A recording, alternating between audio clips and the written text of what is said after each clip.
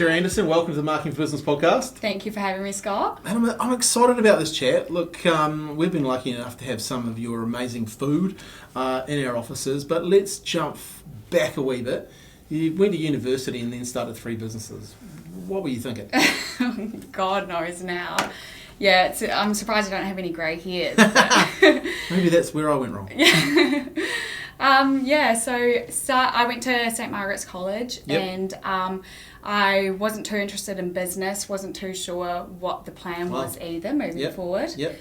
I was an average student, I'd say. Yep. Wasn't top of the class, but in that final year when it came to discussing career paths and sort of where I saw myself in the future, I think that's when it really struck, okay, well, what the hell am I doing? Yeah. Did you have any family that were in business or anything like that? Or did you have any role models you were looking at? Yes, yeah. So both my parents are in business together.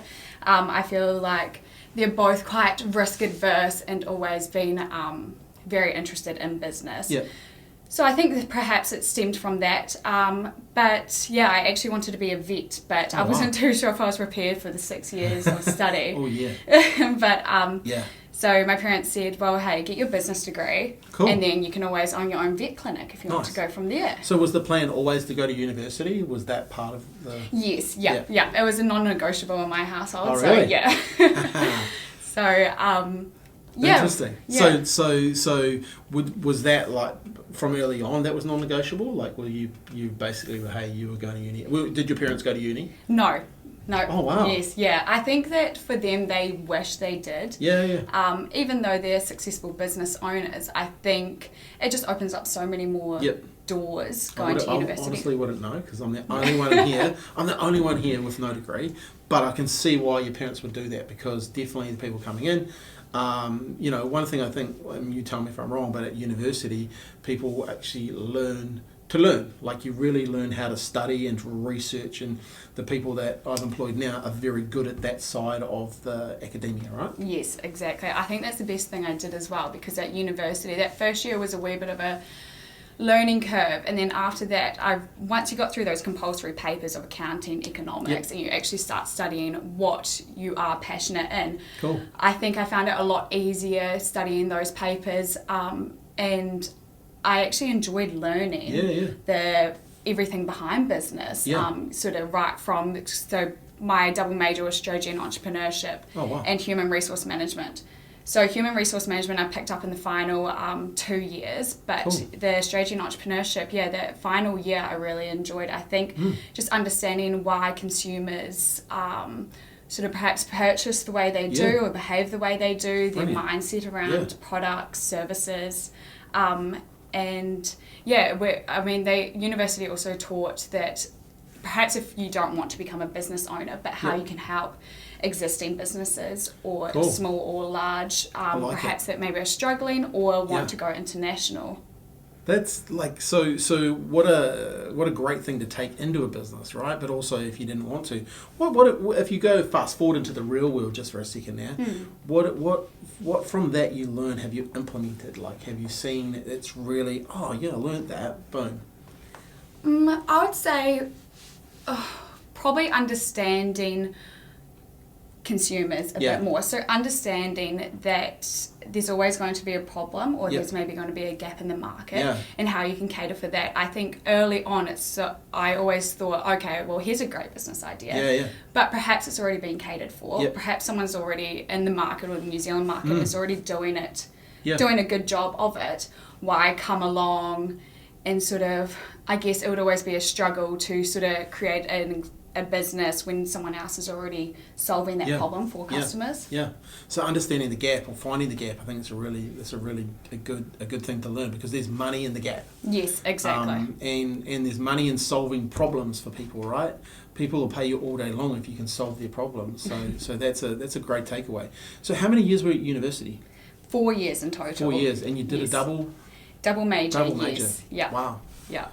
I feel important just being around you. Like seriously, no, that's awesome. So coming out of university, you do your 4 years. Were you doing any work for businesses at the time, or were you starting to start your own gig going through? Yeah, so actually right back in high school, I saw a demand for these tops. They were basically just these, oh God, I think the material cost me $10 to make these tops, and every girl wanted them at the time. Yeah. And I actually used the fabric room at high school to sew these tops, and I would sell them for about $30. And I think at the time, I don't even know where I sold them, but it was online or through Facebook or something. And straight away I just learnt cash in the bank, and I could spend that money on things I wanted. God knows what I bought in high school back then. But just go back there for a minute. So you saw the demand. Where did you see that? Like because there's probably 60 people not seeing that in your classrooms, right? Where did that come from? I think because I was my own customer. Ah, right. So I was the girl that wanted that top. Yes. I bought the top, and I think at the time I paid $80. Oh, I wow. got it, and I realised, hey, this is just a bit of $10 fabric sewed together at the ends. Brilliant. And tied around. Yeah. So good. Yeah. Was it called a certain name, like that sort of stuff? No, it wasn't. There was no marketing plan. There was no business plan, nothing to it other than just promotion online through already existing clothing Facebook pages. Yeah. Just sold and it. You saw a gap to create your own. You knew it was a $10 piece of fabric, and they were making $70. As a student at school, you're prepared to make $30. Yep. Make 20. Yep. That was great pocket of my money. How good. I always look at my son. My son's 10 years old, and all his friends are wearing Crocs, right? And I just can't believe someone's now made a business out of selling them these little things. I think they're called gibbets or something like that go in the holes. Oh. And I'm like, so someone saw a gap and filled them. And it's unbelievable how that's just another world that it's exploded, right? And sometimes, there's money in just seeing those little opportunities, right? God, How much money did you make? Did you God. make lots? Yeah, enough to buy my probably Mirabelle McDonald's or something after high school. Nice. So interesting there. So that starts at high school. Did you get a taste for going, hey, this is a better way to make money than maybe working at McDonald's or what? Yeah. Yeah, I think so. I think my parents always said that I did have to work though. So it taught me that, hey, you can have your main source of income and you can have a wee bit of a side hustle going on. It's for that extra cash. And so did you have to work somewhere? Yes, so I did do nannying. So that was great. That was part-time. I like your parents already. Yeah. I've never met them, but your parents are cool. Apart from making you go to university, but making you work, that's how good's that. Like, I think a lot of times, work ethic is so underrated these days. Like, having a good work ethic stands you in stead for a lot of things in life, right? And a lot of things in life, like, it's tough, right?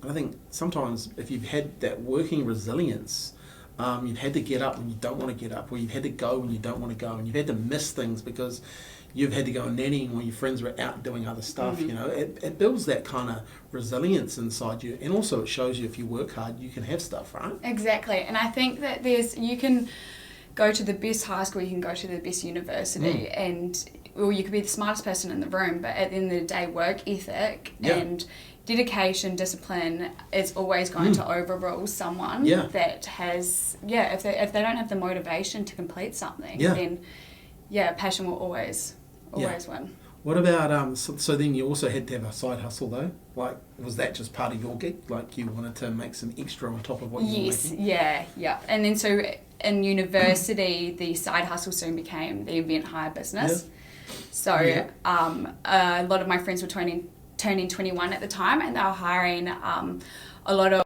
those big 21 numbers, the mesh backdrops and everything. And Dad's an engineer, so he had some scrap metal in the back of his shop, and we said, okay, well, let's build something. Yeah, so nice. We spray painted it, we sanded it, but so good. Yeah, he could never just do it for me. He had to show me how to do it, so that in the future I knew how to do it myself. Yeah. So once again, but you spotted an opportunity, right? So seeing, hey, people are making money out of this. I'm going to university. Friends are coming up. One thing is, what did you see? Is the one thing a lot of people don't see, and then that's the demand. Yes. The demand's there, right? Like, all your friends are in that age group. We're all going to be 21. They're all going to want those things. So you started Event Hire. So what sort of stuff were you doing there? Like, were you organising the whole party, or were you just playing a small role, getting some of the stuff that they needed? Well, because I was still at uni, I knew that my studies had to take priority, and that sort of came in waves. You know, there was some weeks I'd be flat out with uni, and then there was other weeks where it would be a wee bit quieter. But so that had to take priority. But also I had my nannying job, so I had that part-time. Yeah. So I knew I didn't have the time to be a full event manager or sort of create the venues. I wanted a quick and easy drop off. You let me know the time, I drop it off, nice. You hire it, and I pick it up the next day.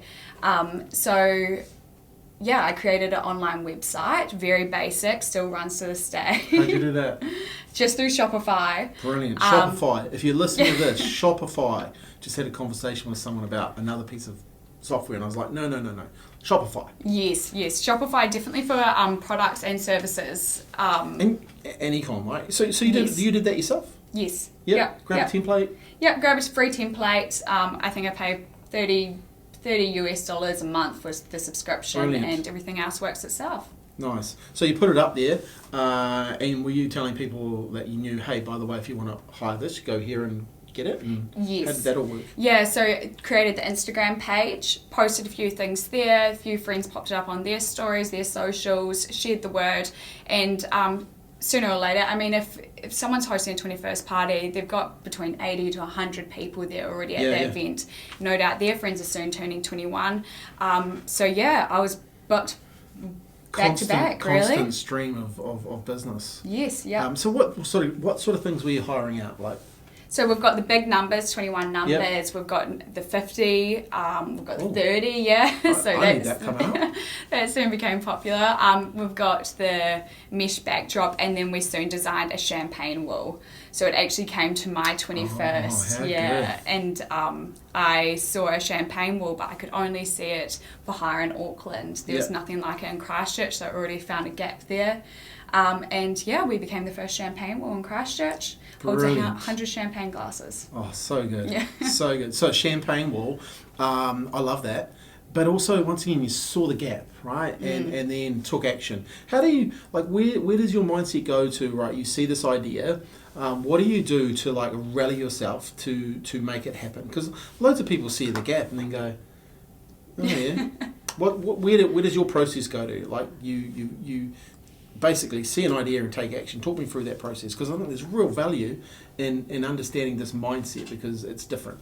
Yeah, I think not overthinking it too much, and knowing that if I don't do it, someone else will. So there's someone always one step behind me. Yes. And I want to take that opportunity. And I mean, at the end of the day, for example, the event hire business, I wanted that to be the best event hire business in Christchurch. So what did I have to do in order to do that? Yeah. And so that was your vision and thinking. You set a standard to start with. Best hire event in Christchurch, right? So you set the standard, cool. Yeah. And then you started thinking about, okay, what do you have to do to make that happen? Yeah.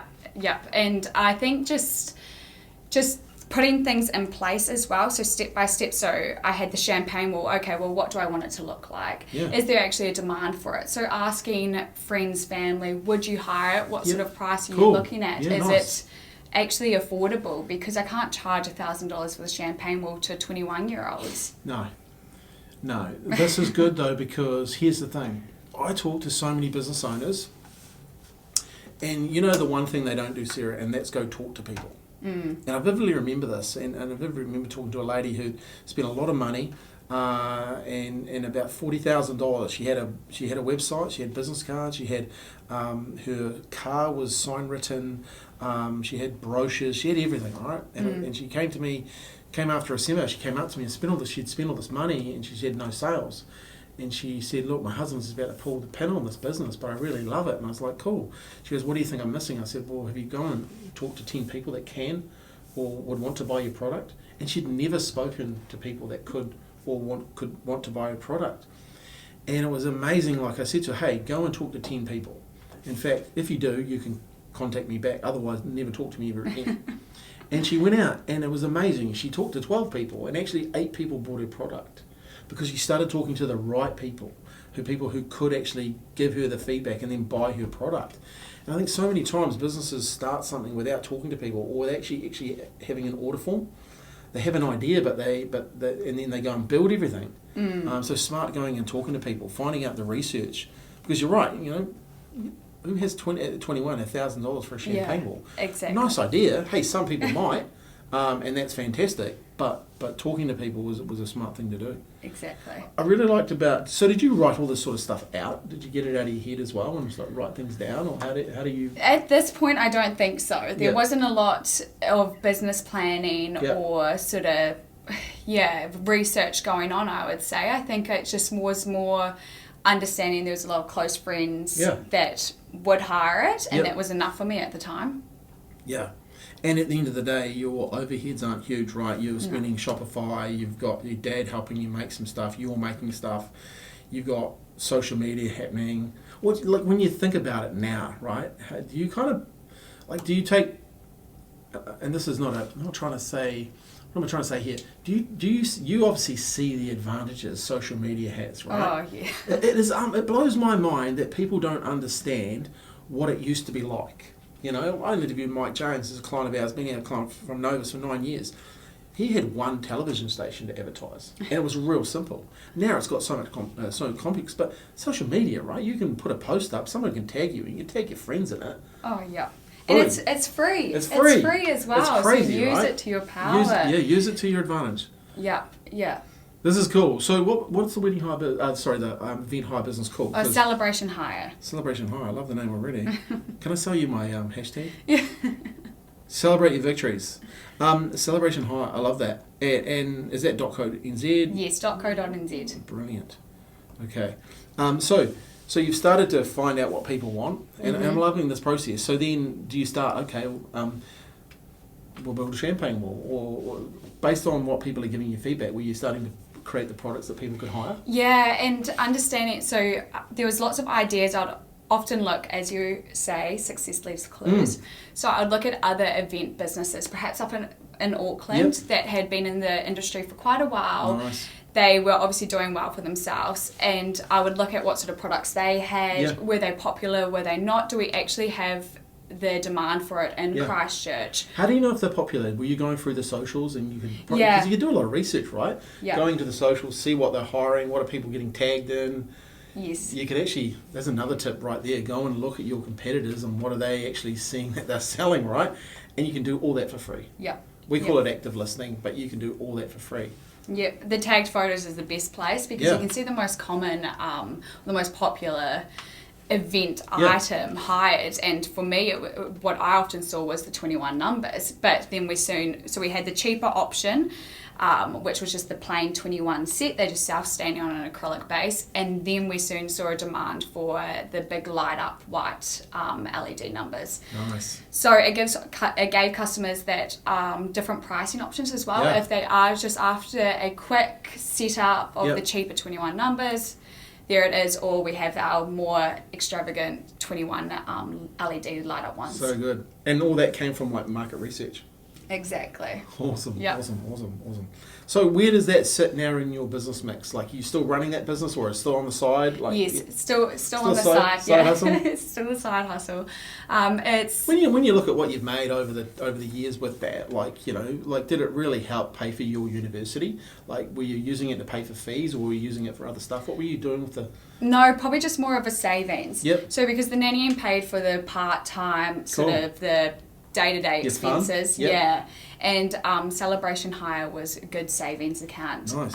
And because we created all of the materials ourselves, we paid back.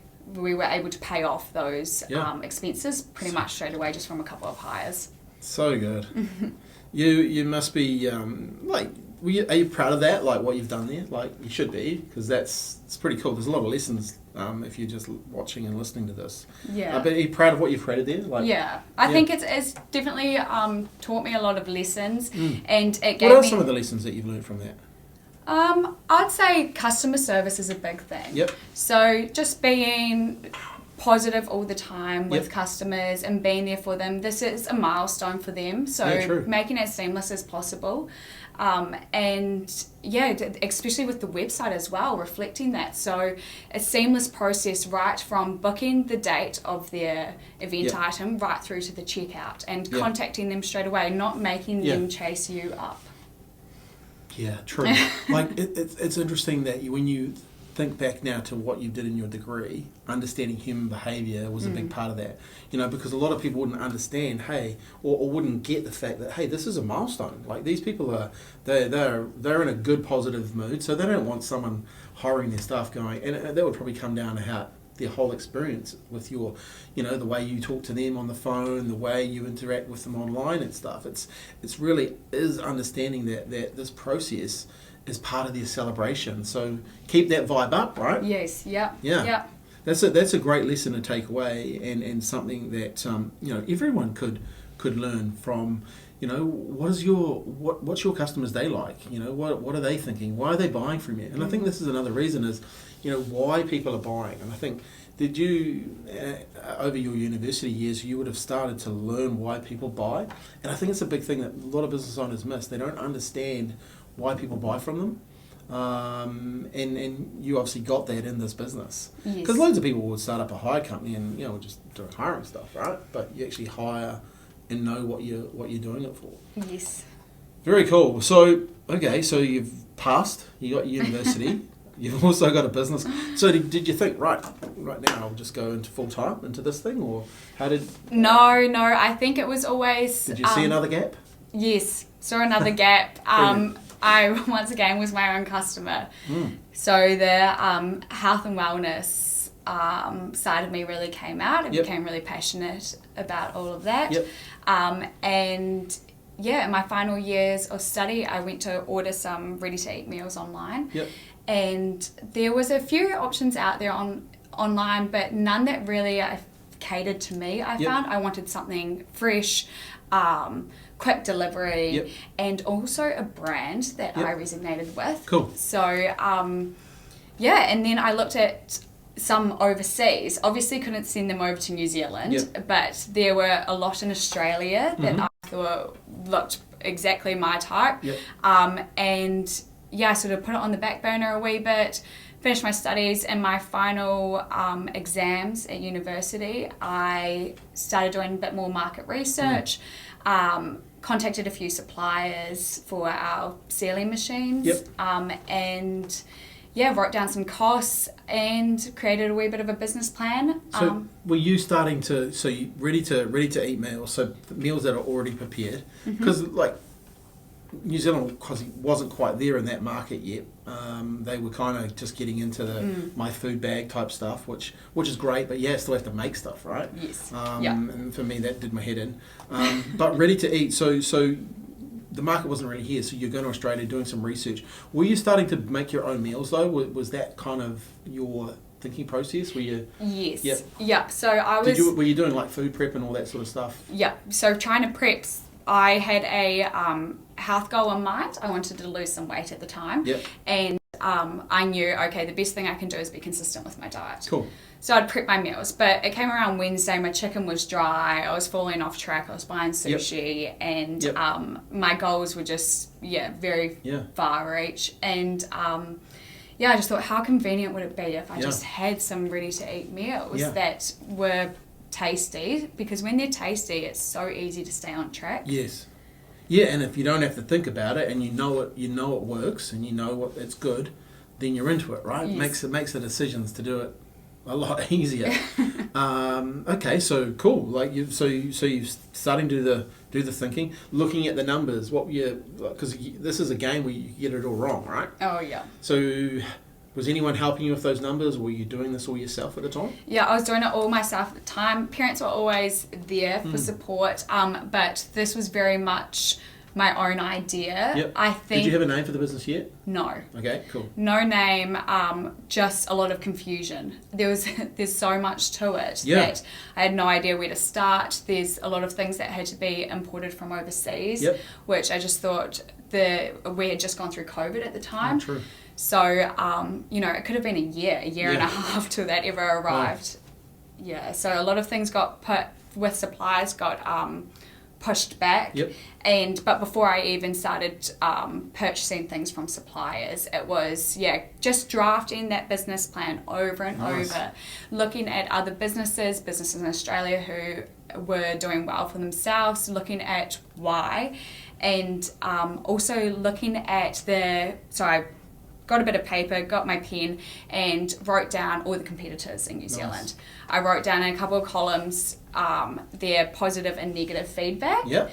So I went onto their Google reviews and actually read all of the reviews and highlighted the most common themes. So, there's a competitor called Swell Foods. They have been in the industry for a long time. They do well for themselves. So what was all the common themes of what customers were loving about them, and then also what were the negative ones, and making sure that when I created my business, what I could do that would almost be that one step ahead. What were some of the common things that you're learning? Learning from that feedback? Yeah, from the feedback. A lot of customers weren't a fan of the shipment delays. Yep. The shipping delays. So there's a lot of cut-off times. Yep. So I thought, okay, to solve that, I'll run an inventory-based system. Yep.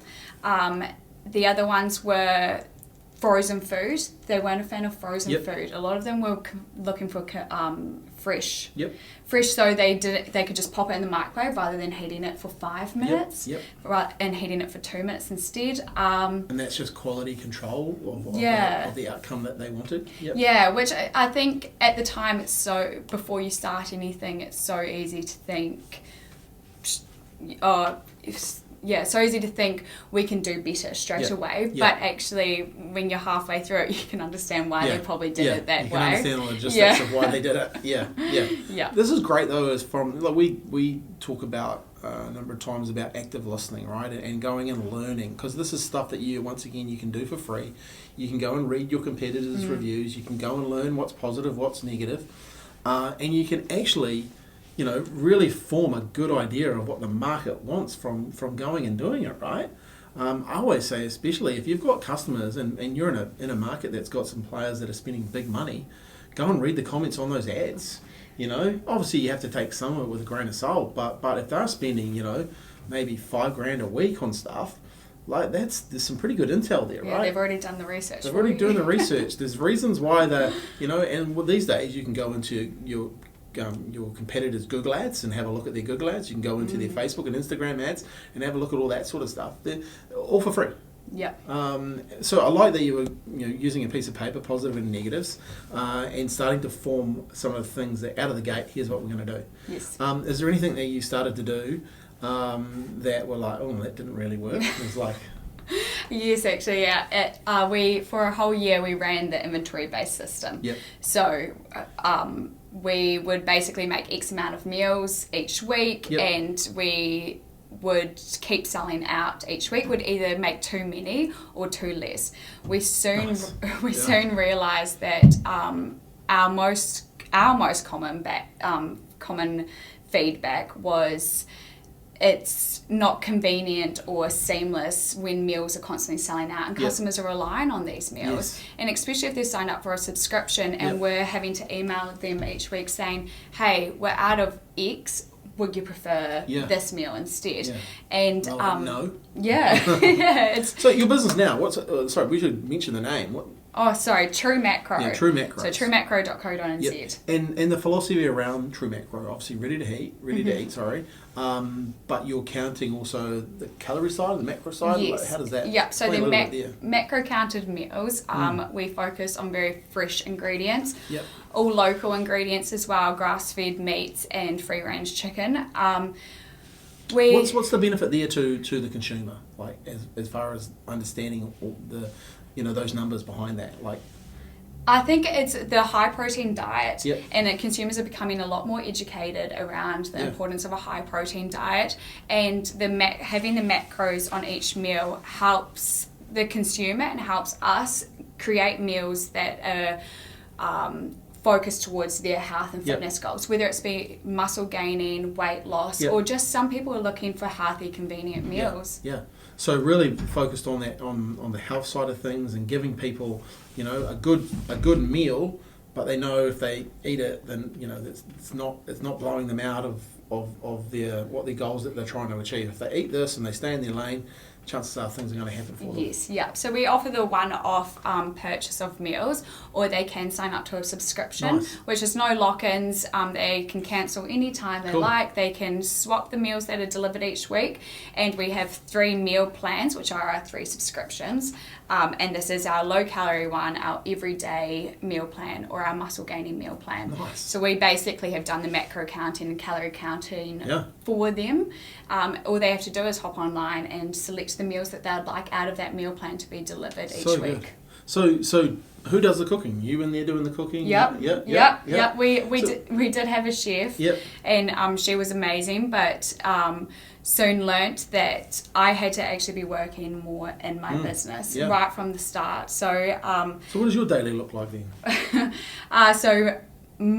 Monday is dispatch day. Yep. Shipping all the orders out to customers. Yep. So we ship those New Zealand wide.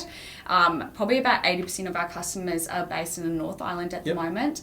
Often our meals will arrive quicker to those in Auckland than in Christchurch, but everything's sent overnight. Cool. And then Tuesday, Wednesday, I'm working on the business. Yep. And then Thursday, all of our fresh produce, fresh meats have arrived from our food supplier, and we start the prep. So I've got 1 staff member at the moment, and I did have 2, but the one, I think I had 2 to help prep all the meals, but I soon learnt that I needed to be there hands-on myself. And then Friday we seal all the meals fresh, and then they're stored chilled, and they've got a 10-day shelf life fresh on them. That's cool. So you must have learned a lot of things when it comes to all of this in a short space of time.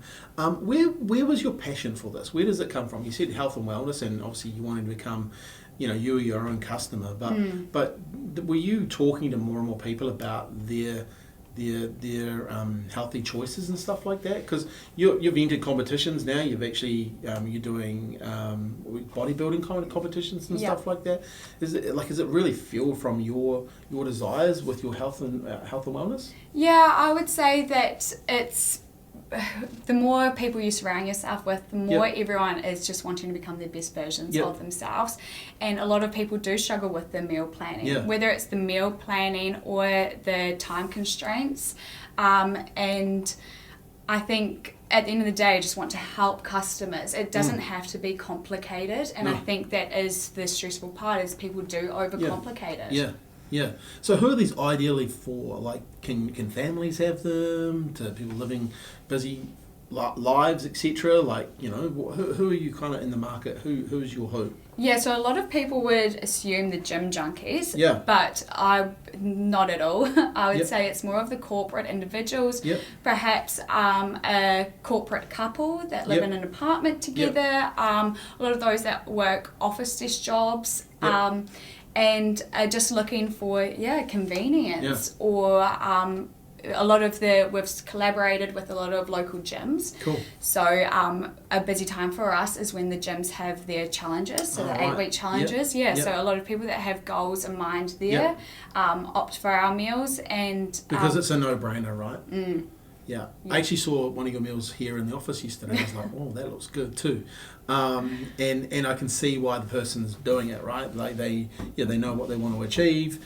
This takes out of the equation as far as having to think. It's done. The thinking's done for you, and it tastes really good. You know, so that's cool. What about what you're doing now? You have a business to business kind of model offering. Tell us about that, and we saw the opportunity for that. Yeah. So once again, I saw a company in America, actually, a ready-to-eat meal business. They started promoting a business to business program coming into workplaces, because similar to us, their customer is corporate, those that have busy schedules. So they were basically wanting to offer other corporates or other companies to come in, offer a business-to-business program where we can educate your staff members on the importance of healthy eating, perhaps getting nutritionists in so we can help them design meal plans that are suited to their goal. That's awesome. And just creating a healthier mindset and well-being for the corporate members. And I think that's a real value add these days too, because as a business owner you want to look after your employees. One thing I was thinking of, do you then offer the meals to buy? Like can I as a business owner buy so many meals for my team? Yes. So we would come in and stock up your fridge fresh. Whereas it's still a bit in the brainstorming stages, but we would like to gather feedback from other companies to see what they think. Whether they order their staff members a bulk lot of meals online via our website and we deliver them, or whether we set up some sort of discount with your company to provide meals for your staff.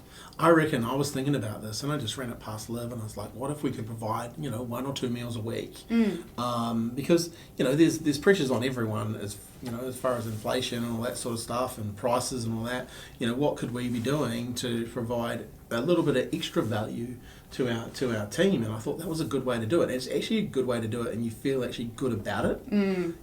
Promoting that health and the healthy and well-being within the company. And it's not like we're trying to ram that down their neck, hey, you must eat healthy, but it's, hey, God, by the way, we've got these. Because I know when we bought a bunch of your meals, everyone loved them, right? Everyone loved them. And if I had something where it was getting done every week and it was a no-brainer, I didn't have to think about it, they turned up. From an employer's perspective, that kind of level of care goes up another level, right? That's the end of the day. We're all in a competitive environment.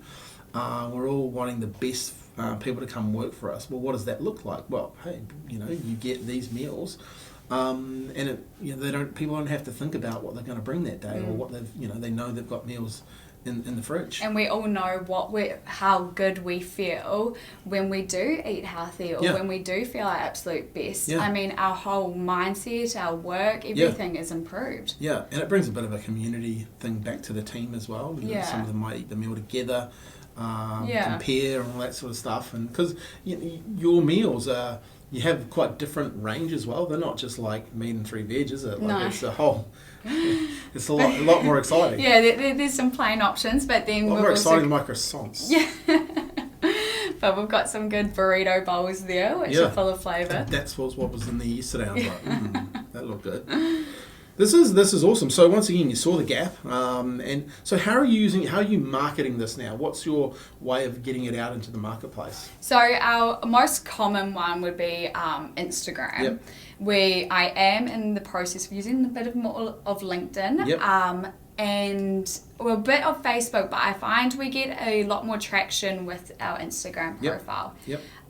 And I do all the marketing myself. Nice. And sometimes I have high moments of motivation and sometimes I have low moments of motivation. I think when I first started, I overthought the marketing side of it too much and then nothing happened. I mean, we had like 6 posts within our first year of business.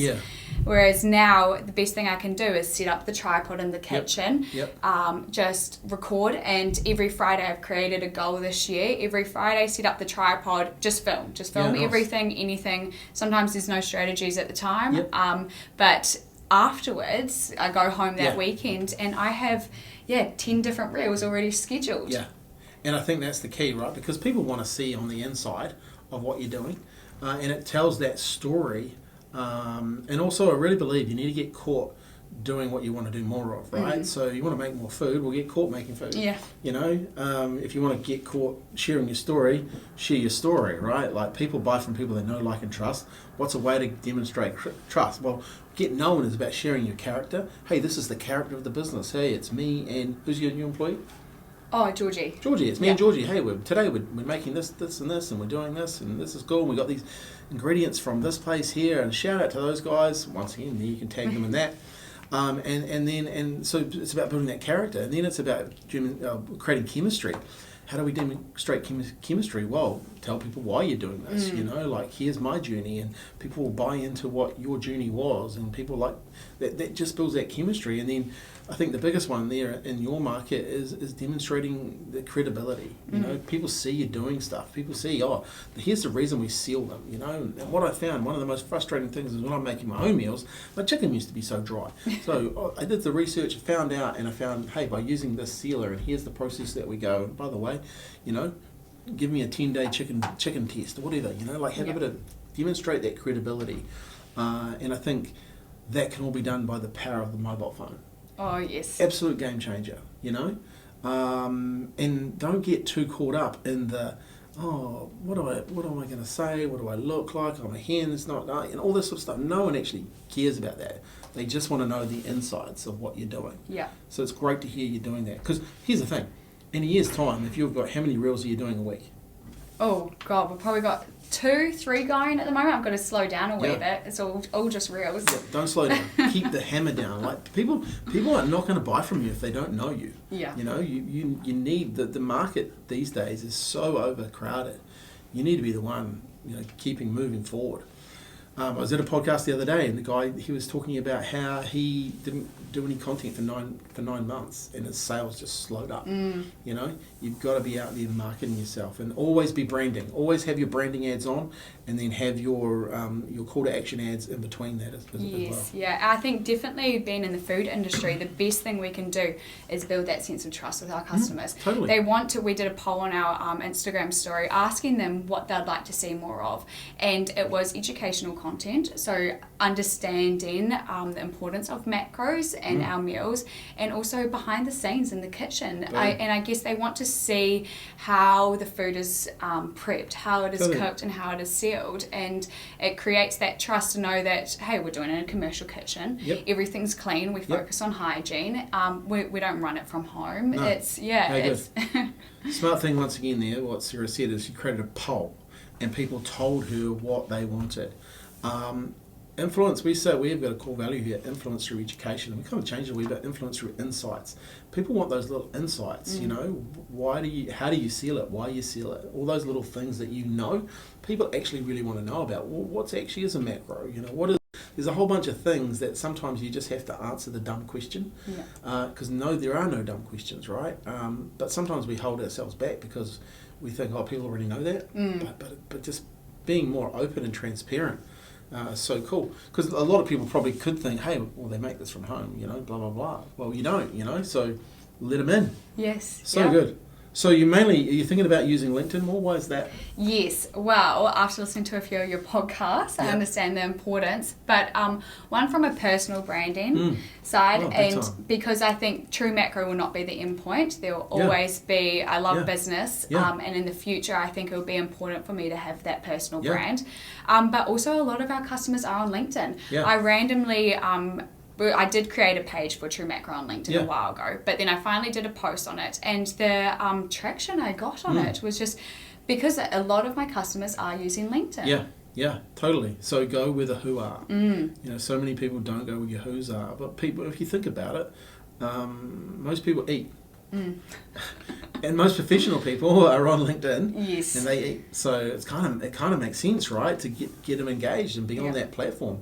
It's not just it is a business platform, but there's more to just business stuff. And people are humans, right? And the more you can be human, the more people will know, like, and trust you. I think LinkedIn's a great one for you, especially for some of those bigger corporations or those bigger that do want to actually add value to their clients. Everyone knows today that it's a competitive market, and you want to keep good people. Yes. You want to keep your A players. Okay, so what do you have to do to keep those A players? Providing them with a healthy meal.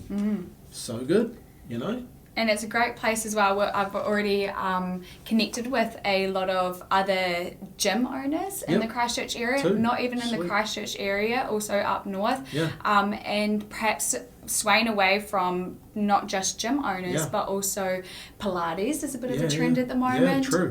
So another way to add value. Yeah, and it's great. And they're in the same mindset as well. I mean, they're on LinkedIn for the same reason, and it's a great opportunity to network and collaborate both businesses. And do a joint venture of some sort. Very Yeah. cool. I like where your thinking is around this, and how, you know, you got to be innovative too, in a sense that you know, like, how do you, I always say, who's got your clients before you and after you, you know, and how could you do a deal with together that's non-compete, that adds value to everyone, right? And that's a good example of that. So you've also started another business.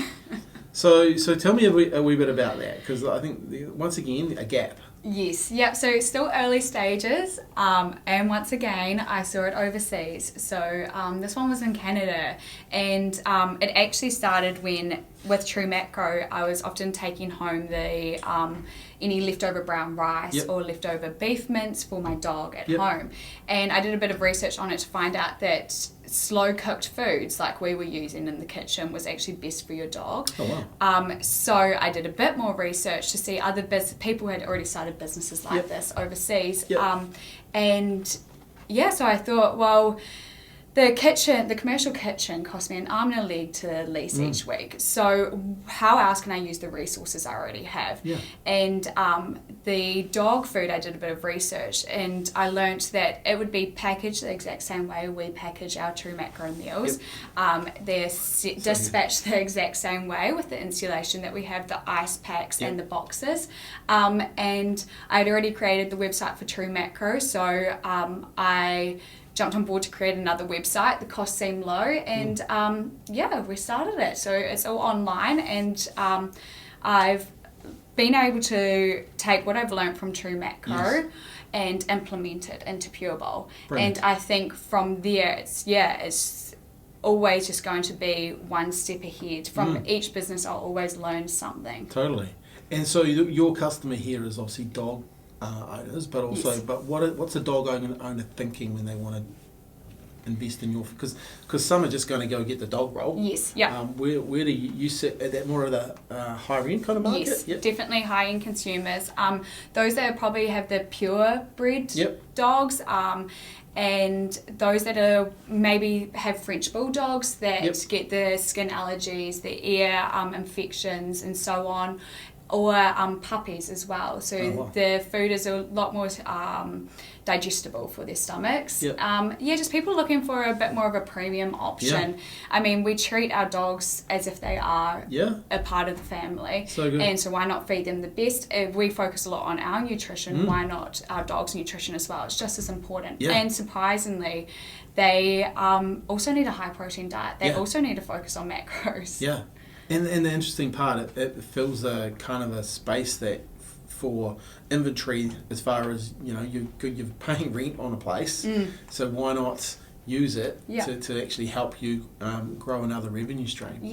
How's that kind of gone? Like, how's it landed in the marketplace? Is it starting to get some traction? Good traction. I think the best thing we did, the dog food it doesn't look glamorous. It doesn't look really tasty at all. But the best thing we used for marketing was the real raw ingredients that go into these foods. So if you hop onto our website, you will see the images. Our first image is actually the ingredients that have gone into the food, because the product itself just looks like a bit of minced up sort of meat and rice. But to teach consumers that we have fresh carrots in here, broccoli, brown rice, and venison, wild venison. That's so good.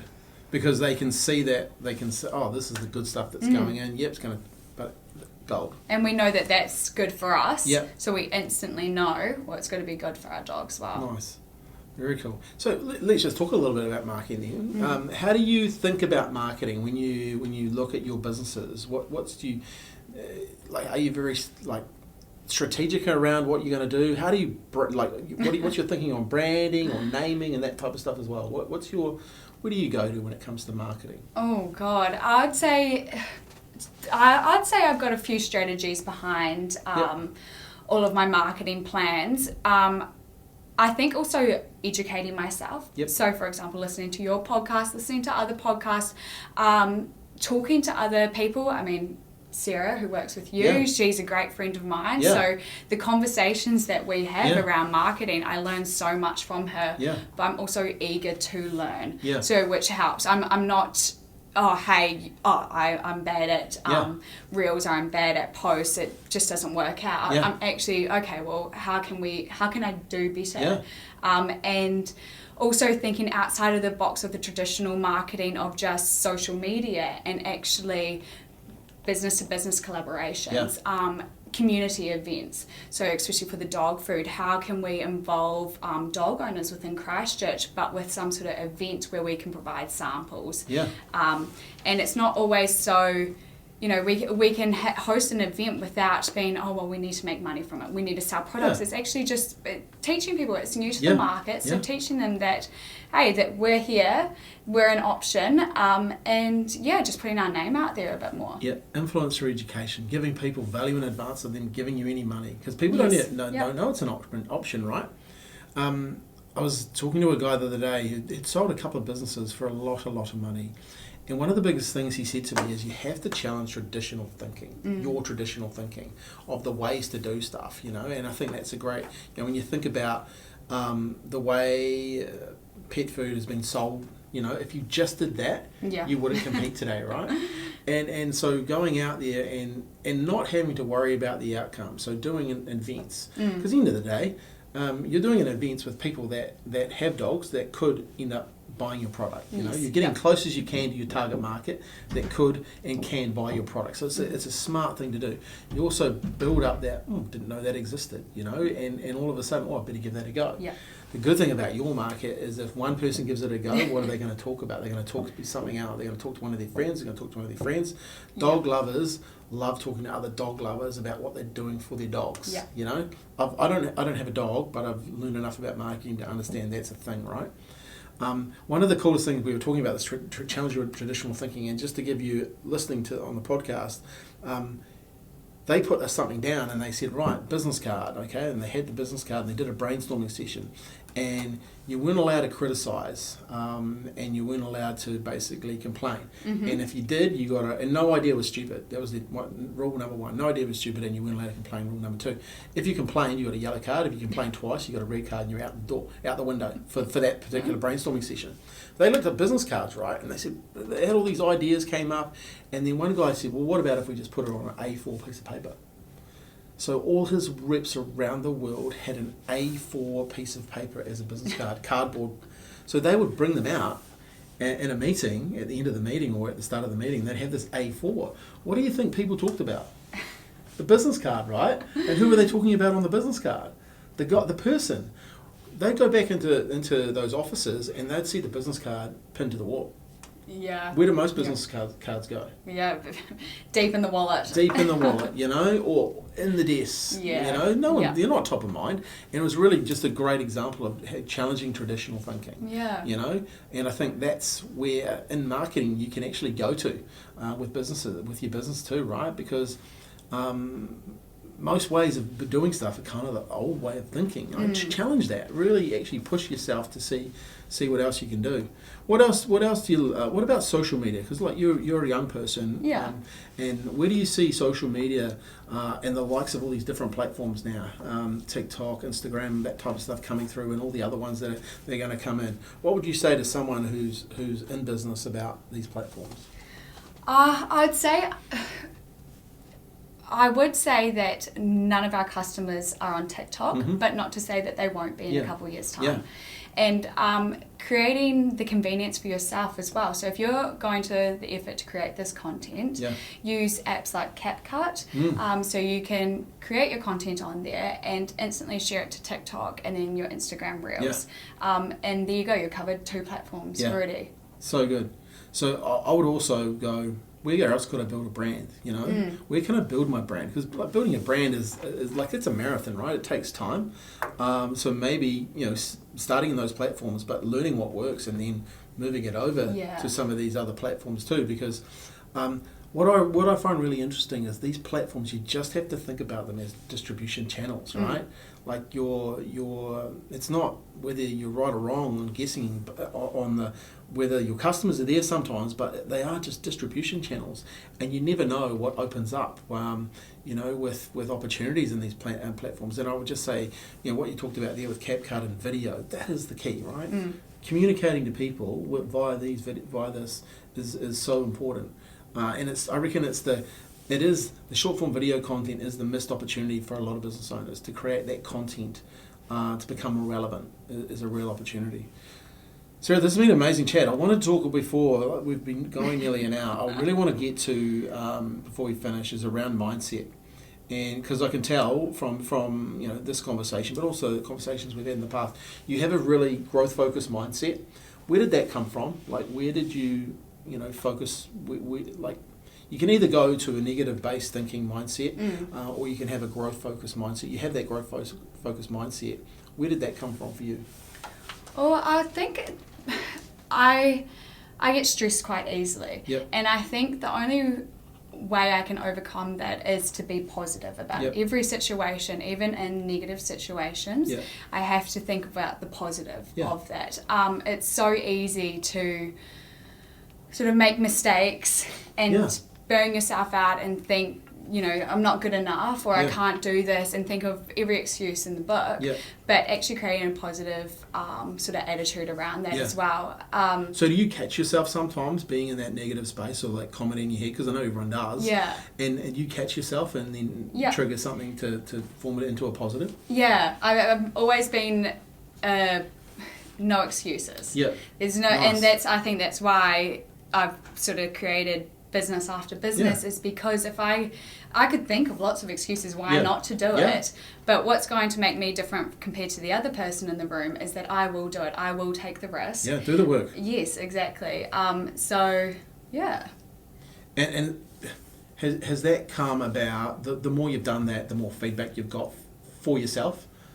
I think it's okay to make mistakes, but learn from them, because you can fail over and over. It doesn't mean you're a failure. No, it just means you're learning. Because the thing is, we didn't get taught that at school. Well, we definitely didn't get taught at my school. So you have to kind of learn that behaviour, right? You have to actually experiment for yourself. Because we probably weren't taught that it's okay to fail. Who taught you that it was okay to fail? My parents, definitely. You got to be surrounded by positive thinkers as well. Otherwise, you just bring yourself down and. There's a guy I follow and get coached by. He talks about you either have a sewer mindset or a success mindset. And the sewer is like, oh, this is going to be a crappy day, or I've got to interview Sarah, this won't be much fun. Why am I even doing this? Crikey, and you can get yourself in that environment, right? Or you can, hey, this is going to be a great day. I can't wait. I've got 3 meetings before I talk to Sarah. Sarah's like done all these things in my from a business perspective plus mindset. Oh man, people would give their soul to do this sort of stuff, and I'm doing it, right? And I think you've got to actually have. You've got to have both in your life. You've got to have that time where I always say to my team, you're allowed a pity party. You're allowed to feel sorry for yourself. Not everything's always going to go the right way, but we've got to learn from it, and we've just got to keep moving forward too, right? Otherwise you can just go down and down and down, and also that doesn't help people who you're trying to show up for, right? No. Do you read books and stuff like that? Do you listen? You said you listen to podcasts. I would say I'm more inclined to listen to podcasts than I am to read books. But it is a goal this year to read a bit more. I'm currently reading Atomic Habits. Oh, nice. And halfway through that. James Clear. Yes, great book. But podcasts I would say mostly because if I'm on the go, chuck my headphones in and listen. And but quite often when I'm listening to your podcast, I actually have to sit down and write things. My whole notes app on my phone is full of marketing for business notes. So good. So you're listening, looking this through. Do you have like a daily routine? Like, because I can imagine you're busy, right? You've got a lot to go through today, in your day. Do you have a daily routine for all that? Yes, I would say so. I always start the first couple of hours in the morning to myself. So that's my selfish moments. I think it's the best thing. No phone time. Straight away to the gym. Be better at that. To the gym, work on yourself. And so you go to the gym in the morning? Yes. Gym every morning. Well, 6 times a week. And if I can start work earlier, if I Yeah. can start work at 4 a.m, I would start work Yeah. at 4 a.m. Yeah.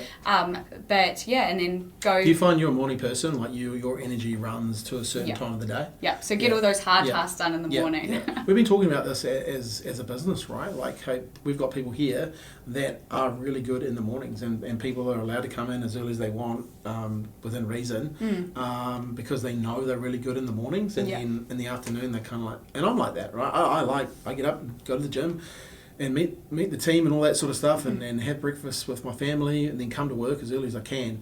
But by a certain time in the day, I'm kind of like, Yeah. you know, I feel like I've done more than most would do anyway. Yeah. And I think that's quite a skill to understand the way you work Yes. and the way you are naturally. Yeah.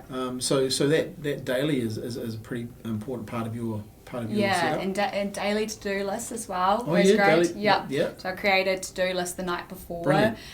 It helps, I find, relieve a lot of stress. Yeah, Otherwise, I will totally. wake up in the morning and Oh. get quite stressed out. You wake up at night also as well, you know. Exactly. So just, I think if you can write it down, Yeah. then it's out of your mind and you don't have to think about it again. That's tomorrow's worry. Yeah, totally. I'm a massive believer in that. I write my list down at night or even before I leave here. Yeah. Prioritise what are my top 3. Let's go. Okay, who do I need to talk to? You know, who do I need to inspire? There's a whole bunch of things you go through, and it's so refreshing. Like I always say, if I'm starting to get stressed, I'll do a brain dump and I'll grab a piece of paper, and it's a physical, not this pen, but a physical piece of paper, and just start writing everything out. That's there, and it's amazing. You just feel it kind of leaving, because you've got it on the list, and you can go and look at that list. There'll be things on your list today you don't get done, No. but you'll get the important stuff done, or the things that you know are going to move the needle, needle movers. Priority tasking. Yeah. It's And you can do the same with goals as well. I find is really great. Yeah, how do you approach goal setting? I think that'd be quite cool because you're very goal focused and you achieve goals, right? So how do you approach? I always write down yearly goals, and then Yep. within that I'll write down monthly Nice. and then weekly. Brilliant. And I find on the daily to-do task, sort of create at the top, I'll put maybe 3 goals that I'd Yep. like to achieve that day. It could be as simple as drinking 1 litre of water. I'm shocking Nice. at drinking water. Yeah. So, and then you accumulate that over the week, and there you go, you've achieved your weekly Boom. goal. And Yep. you soon create that consistency which forms those habits. Yeah. And then it becomes a no-brainer. Which definitely James talks about in that book, Yes. daily habits and Yep. stacking those. Yeah, Yeah. and you feel accomplished as well. And Yeah. I think you can set it from a personal perspective, but you can also set it from a business perspective. Yeah. So with the Pure Bowl at the moment, I am in the process of application for Foodstuffs South Island. Nice. And that's a huge application. I've never Yeah. created one in my Yeah. life, and I have no idea where to start. But my weekly task at the moment is just to create that first sample invoice. Brilliant. And then it's only 4 steps before I know it. By the end of the month, I'll have my whole application to Foodstuffs. How good. So chunking it down, like actually knowing what you got to do. Otherwise, you're right, people get overwhelmed, right? And when overwhelm comes, people don't do anything. You're actually just breaking it down. You know it's a massive task to do, but that first task is what you're going to do. Yeah, and being realistic about it Yeah. as well. So if you know that you have a busy week that week or a busy day today, perhaps it can be put on the list tomorrow. Very smart. How old are you? You're so wise.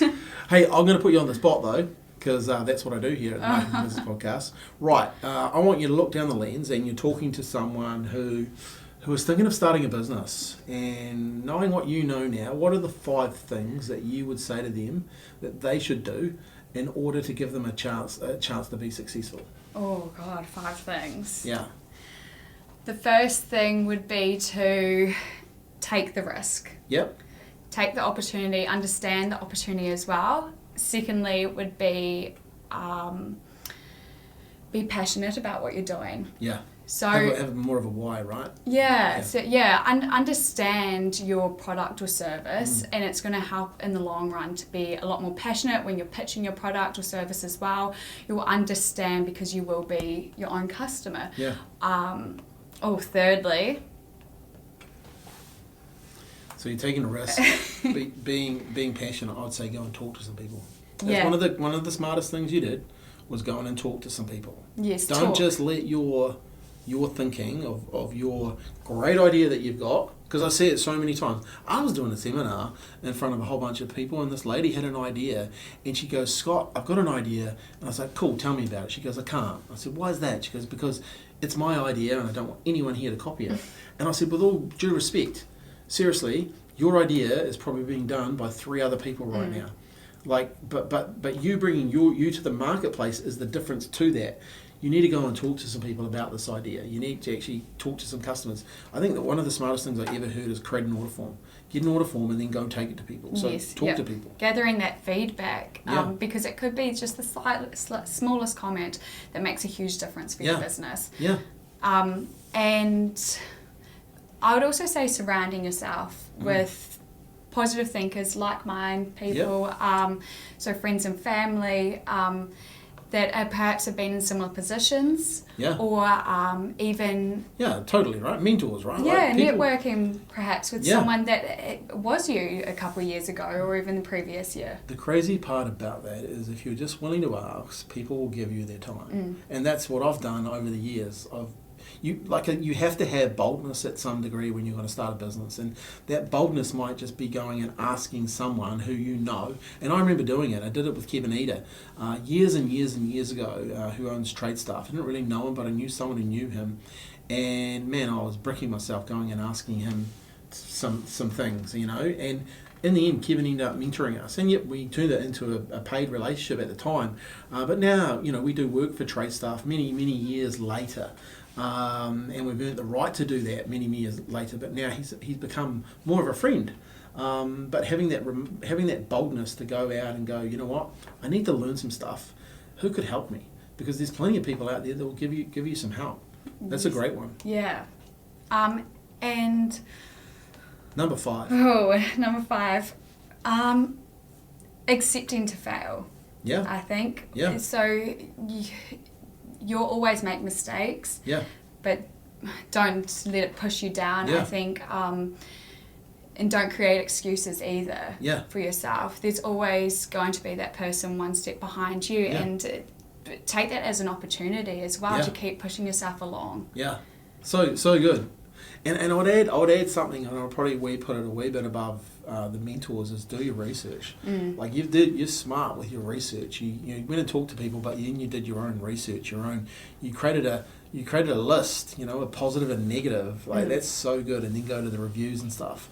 Very, very, very, very cool. And to add to that, I think that a lot of people think starting up a business has to be an expensive process, or you know, where do we find this research? But that's free research. It's all online. The power of online sources. And there's so many groups you could go in and talk to people too now as well. There's people that will actually give you that feedback. I like number 1, take the risk, and take the risk, but understand the opportunity, right? Like, if anything, you've listened to Sarah today, she spotted the opportunity, the gap in the market, and then was prepared to take a risk. Didn't risk the house to go and grab the opportunity, which is another key thing. But at some point, you have to back yourself, right? And that's what you've done. I really like to be passionate about your product and service. I like the fact that you've kind of talked about today, you were your own customer, so you were kind of believing in what you were doing because you were constantly being your own customer, which was good. I would say the talk to people side of things, you did that, even though I brought it up. You did that, right? And I think that's, if you're starting a business, go and talk to people. Mentors is such a key one. If you look at your mentors in your life, was anyone stand out that's really helped you? Maybe apart from your parents, is there anyone that you've kind of gone, oh wow, that person? And it doesn't have to just be about business; it could be about anything. I wouldn't say there's solely one person. I would just say it's being open-minded to listen to other people and listen to people that are in the position that you hope to be in. I mean, meeting you, for example. I've met other business owners as well, and just the wealth of knowledge that they have. And this, it's free, and they're willing to give it to you. Share it. And I think business owners are willing to share it if they see you do something with it. And I think that's a real key too. If someone's helping you, and someone's mentoring you, whatever advice they give you, go away and implement, and then come back and say, hey, by the way, I did this. What else? Because they can actually. There's loads of people out there that hear stuff but never do stuff, right? Yes. And I think that's a way. And being prepared to fail. That's a real mindset, right? And no excuses. There really is a mindset, but it's a mindset that gets stronger the more you're prepared to do it. Because you realise, well, actually, there is no failure.